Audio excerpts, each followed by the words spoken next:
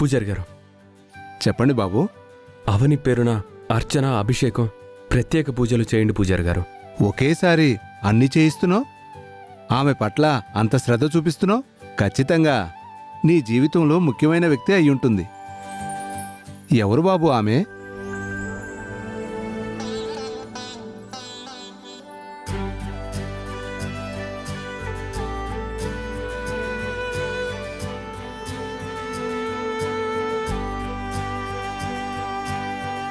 ఏమైంది బాబు? ఎందుకు సందేహిస్తున్నావు? అదేం లేదు పూజారి గారు. మరి చెప్పటానికి ఎందుకు మొహమాట పడుతున్నావు? తను తను నా మరదలు, నా భార్య కూడా. నా మరదలే నా భార్య అయింది. అవునా? అయినా భార్య గురించి చెప్పుకోవడానికి ఇంత ఆలోచన ఎందుకు? భార్య గురించి ఎప్పుడైనా ఎక్కడైనా గర్వంగా చెప్పుకోవచ్చు. ఎందుకంటే భార్యది మగాడి జీవితంలో ఎప్పుడూ మొదటి స్థానమే.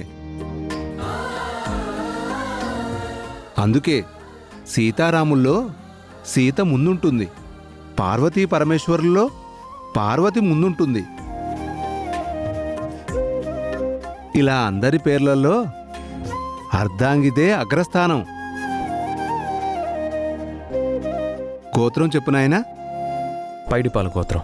పైడిపాల గోత్రోద్భవస్య అవని నామధేయస్య సహ కుటుంబానాం క్షేమ ధైర్య అభయ ఆరోగ్య.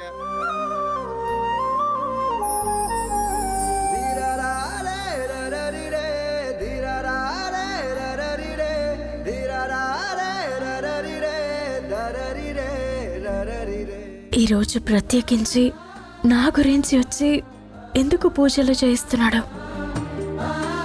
అవనికి ఎప్పుడు ఎవరి వలన ఎలాంటి హాని కలగకూడదు.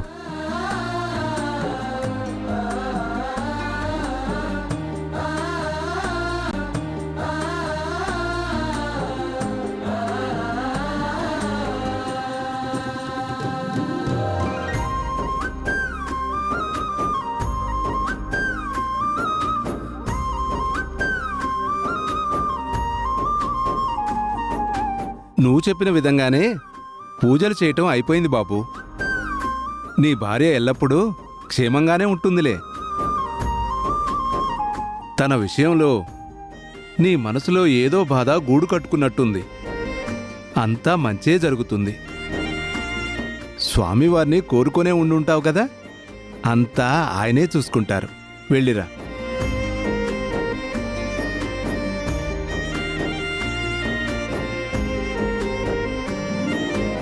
బావా,